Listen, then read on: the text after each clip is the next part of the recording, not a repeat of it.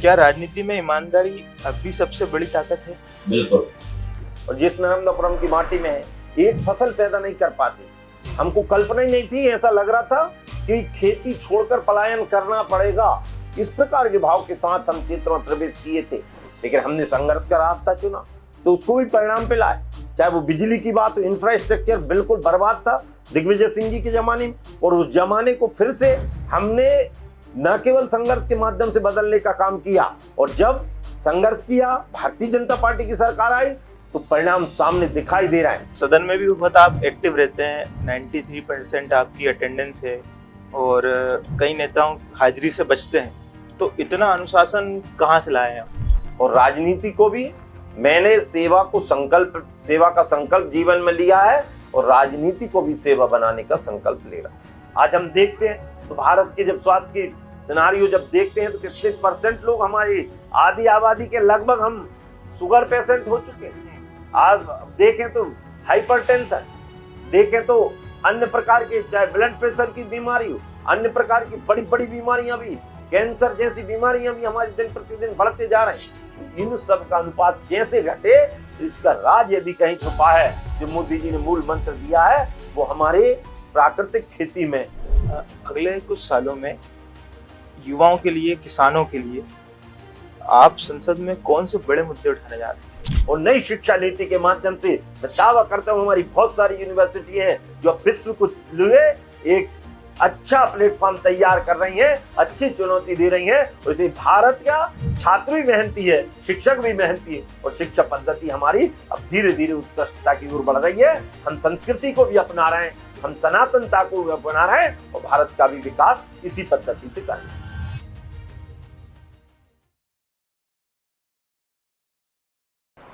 Talks with Priyanshu की वार्तालाप की श्रृंखला में स्वागत है। बहुत बहुत धन्यवाद। कैसे हैं आप? बस भारत माता की कृपा। जी। दर्शन जी, आपने दर्शन शास्त्र में गोल्ड मेडलिस्ट हैं। हाँ, 5 सब्जेक्ट में आपने पीजी भी किया हुआ है, ये मुझे अभी पता लगा। तो इसके बाद आपने राजनीति चुनी, तो ये स्विच कैसे हुए आप? देखिए, शिक्षा के दौरान व्यवहारिक शिक्षा मैं समझता हूँ दर्शन शास्त्र से बहुत आती है, और शिक्षा करते करते सेवा मेरा प्रारंभ से संकल्प रहा है, और सेवा करते करते मैंने शिक्षा के साथ बहुत सारे आयामों को एक साथ काम किया। शिक्षा जगत में रहा तो शिक्षक भी बना, उनके लिए लड़ाई लड़ी। उसके बाद किसानों से जुड़ा रहा, क्योंकि मूल किसान हूँ, तो उनके लिए लड़ाइयाँ लड़ी। मैंने कुछ सामाजिक सुधार का बीड़ा उठाया, तो उस बीड़ा मैंने सेवा कार्य के माध्यम से ही किया।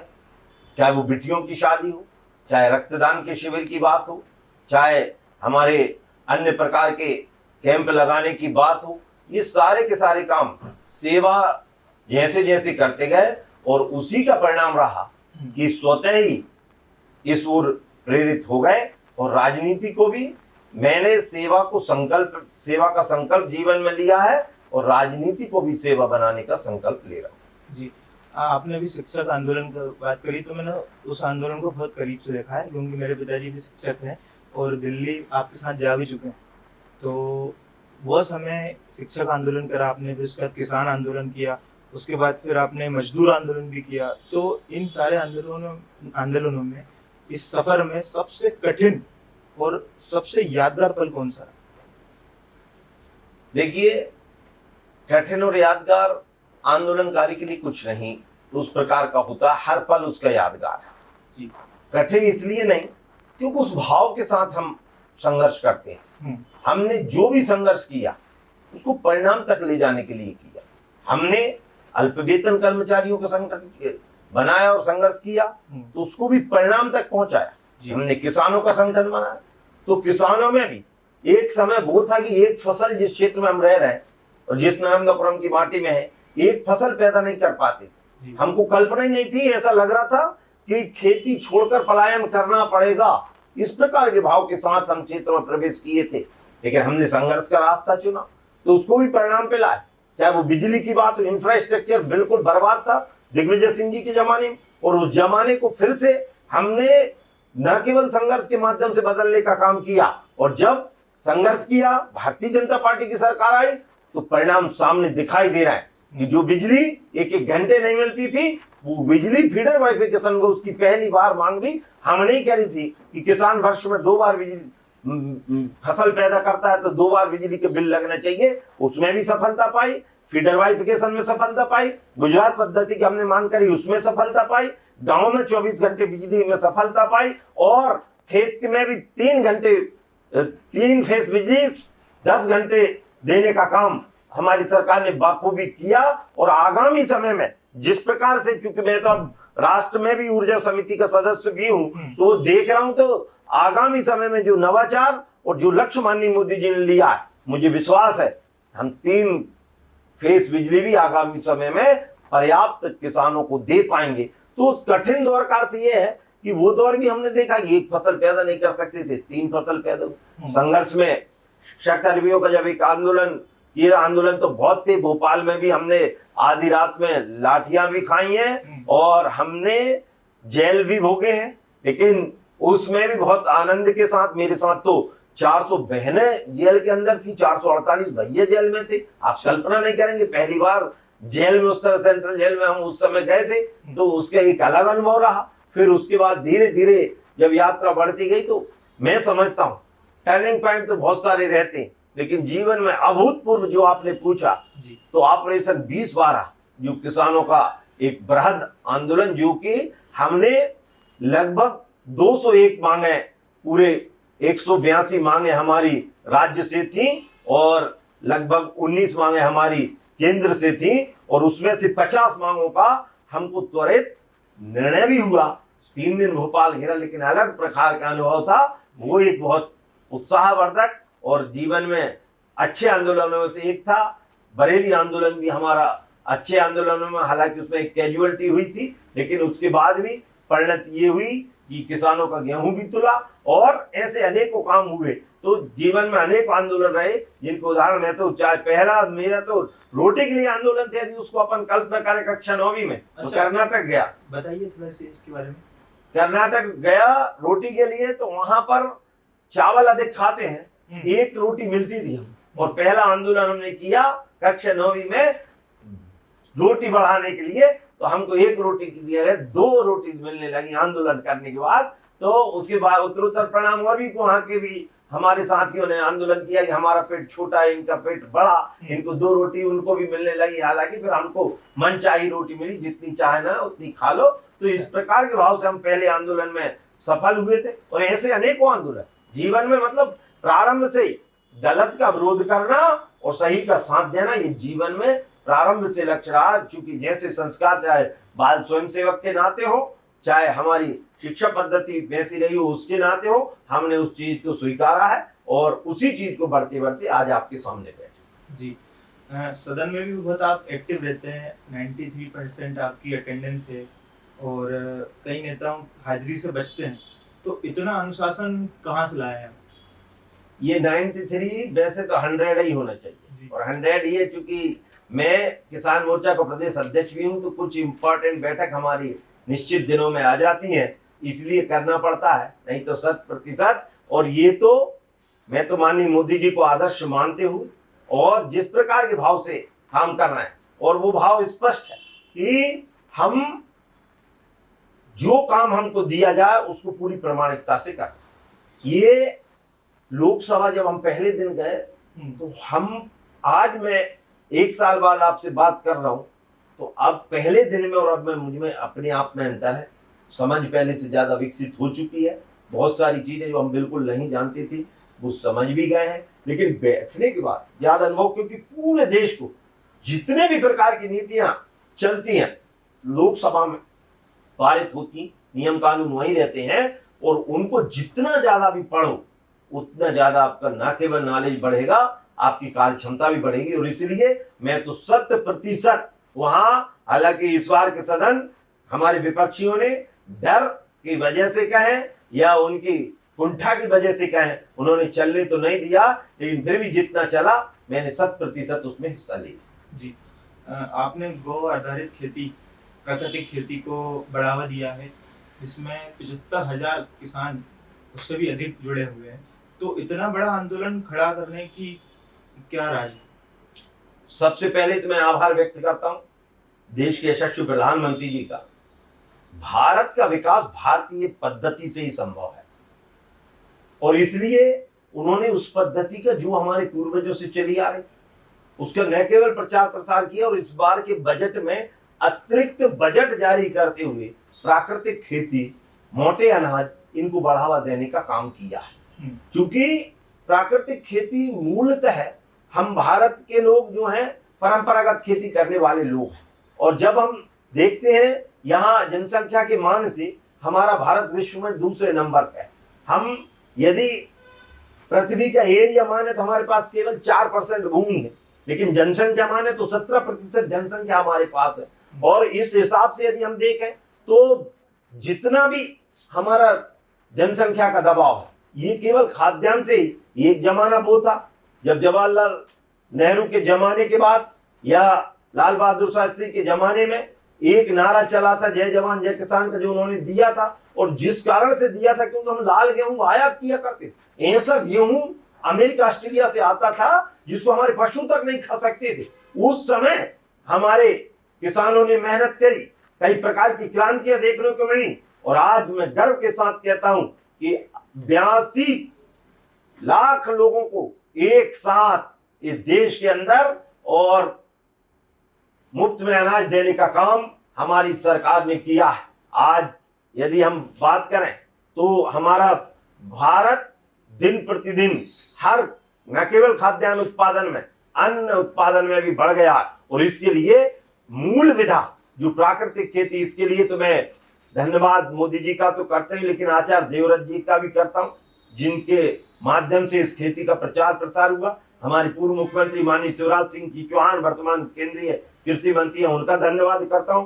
वर्तमान मुख्यमंत्री डॉक्टर मोहन यादव जी का धन्यवाद करता हूं कि जिन्होंने इस विधा को न केवल मध्य प्रदेश में, चूंकि मैं किसान मोर्चा का अध्यक्ष, जगह जगह हमने ऐसे पूरे मध्य प्रदेश के बेल्ट अलग अलग क्षेत्रों में अलग अलग प्रकार की खेती होती, उनको टारगेट करके उनको ध्यान में रखते हुए और कौन से किसान इसमें से अच्छे निकल सकते हैं उनको किया और पूरे प्रदेश के अंदर 75,000 तो वैधानिक किसान जो प्राकृतिक खेती के रजिस्ट्रेशन करवा कर उनको आगे करने का काम किया। ये आचार्य देवव्रत जी की प्रेरणा का है, मोदी जी की प्रेरणा का है, हमारे मध्य प्रदेश की नीतियों का प्रेरणा का है कि उससे तो ये काम हुआ है। लेकिन उससे आगे की अब जो वर्तमान में जरूरत है जो प्राकृतिक खेती, क्योंकि प्राइवेट बिल कोई भी मेंबर लगा सकता है और मैंने भी जो 2 प्राइवेट बिल मेरे इस बार स्वीकृत हुए हैं उसमें पहला ये प्राकृतिक खेती का है और दूसरा मेरा पर्यावरण संरक्षण को लेकर है। उसमें गौ माता को विशेष दर्जा और स्थान देने का काम होता है कि इस कारण भी क्योंकि गौ माता हमारी कृषि का ही आधार नहीं रही, हमारे अर्थ का आधार भारत में थी और जिस दिन से हम गौ माता को भूलेंगे उसी समय हम उसके विपरीत परिणाम भी भारत के या विश्व के अंदर देखने को मिलते हैं। और इसलिए मैं तो कहता हूं कि इस प्राकृतिक खेती से न केवल स्वास्थ्य का लाभ होगा, आज हम देखते हैं तो भारत के जब स्वास्थ्य की सिनारियो जब देखते हैं तो कितने परसेंट लोग हमारी आधी आबादी के लगभग हम शुगर पेशेंट हो चुके हैं। आप देखें तो हाइपरटेंशन, देखें तो अन्य प्रकार के चाहे ब्लड प्रेशर की बीमारी हो, अन्य प्रकार की बड़ी बड़ी बीमारियां भी, कैंसर जैसी बीमारियां भी हमारे दिन प्रतिदिन बढ़ते जा रहे हैं। तो इन सब का अनुपात कैसे घटे, तो इसका राज यदि कहीं छुपा है जो मोदी जी ने मूल मंत्र दिया है वो हमारे प्राकृतिक खेती में। और इसीलिए इसकी ओर प्रेरित होकर ये प्राकृतिक खेती केवल एक प्रेरणा का काम नहीं है, ये तो सेवा का काम है। प्राकृतिक खेती राष्ट्र जागरण का काम है और प्राकृतिक खेती देश बचाने का। सांसद जी, बहुत गौरव की बात है सभी सनातनियों के लिए और भारतीय संस्कृति के लिए कि आपने सदन में जाकर गौ माता को राष्ट्र माता का दर्जा प्राप्त करने के लिए जो प्रस्ताव भेजा उसके लिए तो समस्त सनातनी प्रेमियों की तरफ से धन्यवाद बहुत बहुत। और आपका स्वागत वंदन अभिनंदन भी किया नागपुर में शंकराचार्य जी ने, तो वहाँ का एक्सपीरियंस के बारे में थोड़ा सा बताइए। देखिए, गौ माता हम सबकी जीवन का आधार है। यदि हम हमारी सनातनता को देखें, हम रोज आरती गाते हैं। अभी हमने आरती करी, गणेश उत्सव चल ही रहा। आरती के बाद हम कहते हैं धर्म की जय हो, अधर्म का नाश हो, प्राणियों में सद्भाव हो, विश्व का कल्याण हो, गौ हत्या बंद हो और गौ माता की जय। ये हम रोज केवल ये नारा नहीं, ये मंत्र है हमारे जीवन का। और उस मंत्र को यदि हमको सफल बनाना तो गौ माता को हर प्रकार से संरक्षित करना होगा। उसकी बहुत सारी विधि, देश में अनेकों संगठन, अनेकों धर्मगुरु भी काम कर रहे हैं, अनेकों गौ सेवक भी काम कर रहे हैं। मैंने अनेकों लोगों से चर्चा करी, मुझे परिणामतः है जो पता चला कि गौ को प्रत्यक्ष तौर पे अर्थ से जोड़ना ही पड़ेगा। और जब गौ अर्थ से जुड़ जाएगी आधुनिकता में, उसको जैसे चाहे उसके गोबर की कीमत की बात हो, चाहे गौमूत्र की कीमत की बात हो, गौ माता का दूध तो अमृत के समान होता है, कि दूध की बात हो, इन सब उत्पादों को सही स्थान और वाजिब दाम यदि मिलेंगे तो मैं निश्चित तौर पे कह सकता हूं गौ माता संरक्षित और संवर्धित तो होगी। कि राष्ट्र माता का आह्वान इसलिए भी किया है क्योंकि राष्ट्र माता, जब हम देखते हैं इस देश में कई ऐसे संगठन रहते हैं जो अन्य पशु में किसी पशु की अवहेलना नहीं करता, लेकिन उनके लिए आंदोलन खड़ा कर देते हैं। ये तो हमारी माता है, ये हमारे जीवन का, यदि गौ माता का विकास, और जैसा भगवान ने भी गौ माता को तारने के लिए, क्योंकि ये मैं नहीं कह रहा, गोस्वामी जी लिख के गए हैं कि जब जब होए धर्म की हानि, बाढ़ असुर अधमानी, तब तब धरी प्रभु विदित शरीरा और हरई कृपा निधि सज्जन पीरा। अने ये उसके लिए भी विप्र धैन उसुर संत हित है लीन मनुज अवतार। भगवान ने मनुष्य का रूप विप्र और गौ माता की रक्षा, संतों की रक्षा, सज्जनों की रक्षा के लिए लिया है, जन्म लिया है। तो मैं ये मानता हूं ये ईश्वरीय काम है। जी, किसानों की सबसे बड़ी समस्या क्या लगती है आपको, और संसद में उसे सॉल्व इजीली वैसे कैसे किया जा सकता है? किसानों के अलग अलग फसलों के हिसाब से अलग अलग प्रकार के समस्या हैं। भारत में मूलतः हम प्रकृति आधारित खेती ज्यादा और परंपरागत खेती पे ज्यादा नहीं। अब माननीय मोदी जी के आह्वान पर हमारे केंद्रीय मंत्री माननीय शिवराज सिंह जी अब उसके लिए जोर से लगे हैं कि फसलों का विविधीकरण कैसे हो।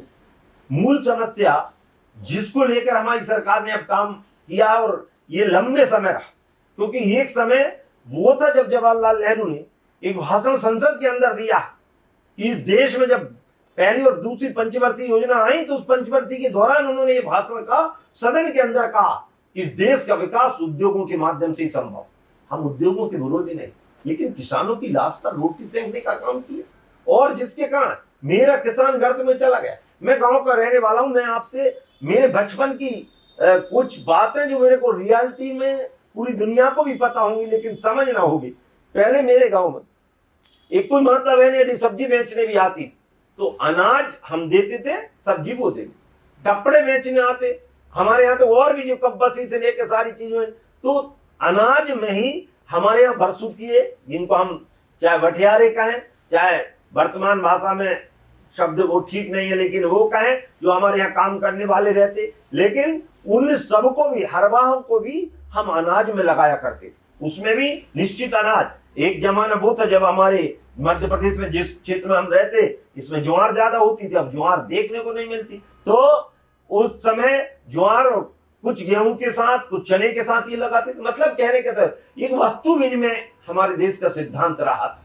लेकिन जब माननीय जवाहरलाल नेहरू जी ने ये स्टेटमेंट दिया इस देश का विकास उद्योगों से संभव, तो किसान की लाश पे रोटी सेकने का काम किया और खेती गर्त में चली गई। धीरे धीरे माइनस उसको पता ही नहीं चला कैसे ये विषाणु घुस गया और उसको पता ही नहीं चला, वो बीमार भी हो गया और मृत प्राय अवस्था में आ गया। मैं धन्यवाद देता हूं पूर्व प्रधानमंत्री पंडित अटल बिहारी वाजपेयी जी को, जिन्होंने किसान क्रेडिट कार्ड लाकर गांव तक सड़क ले जाकर और किसान की माली हालत सुधारने के लिए उसको अधिकार देने का काम किया, उसको आगे बढ़ाने का काम किया है। तो यशस्वी प्रधानमंत्री आदरणीय नरेंद्र भाई मोदी जी ने जिन्होंने किसान सम्मान निधि, किसान की मूल समस्या जो आप पूछ रहे हैं, तो उसको लागत का मूल्य नहीं मिलना, ये उस समय की सबसे बड़ी समस्या रही, जिसको अब निदान करने का काम हमारे माननीय मोदी जी ने किया और लगातार फसलों के दाम वो प्रति वर्ष बढ़ाने का काम कर रहे हैं। किसान की जो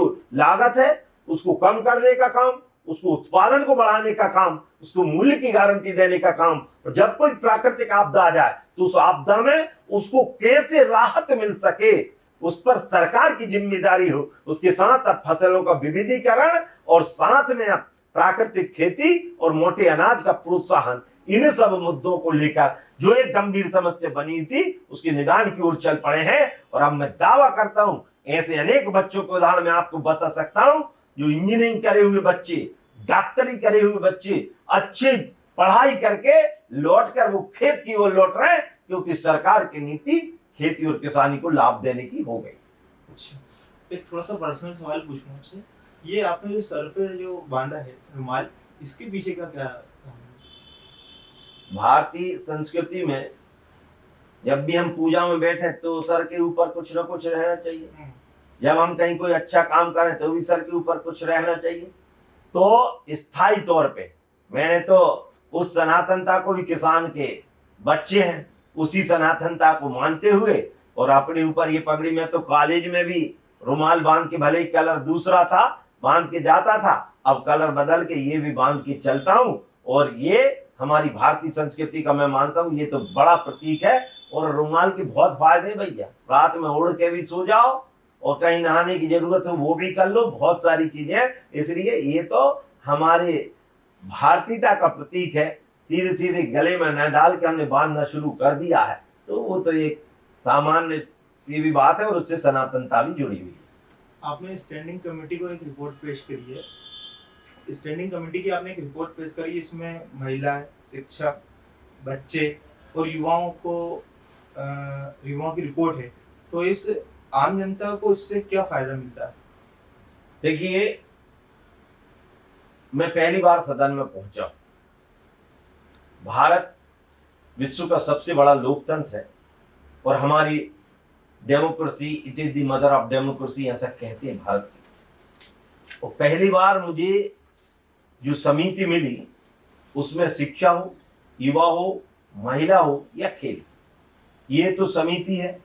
और उस समिति में बहुत सारी चर्चा, हम 31 मेंबर हैं और आपस में चर्चा भी करते हैं, लगातार उसकी बैठकें होती। उन बैठकों के माध्यम से कैसे, क्योंकि शिक्षा से मैं पूर्व से भी जुड़ा रहा हूं तो मेरे तो बहुत इंटरेस्ट का विषय भी है, तो कैसे शिक्षा में आमूलचूल परिवर्तन। एक जमाना वो था कि मैकाले हुआ, एक अंग्रेज मैकाले हुआ, उसने वहां की सीनेट में एक वक्तव्य दिया है, 1832 की बात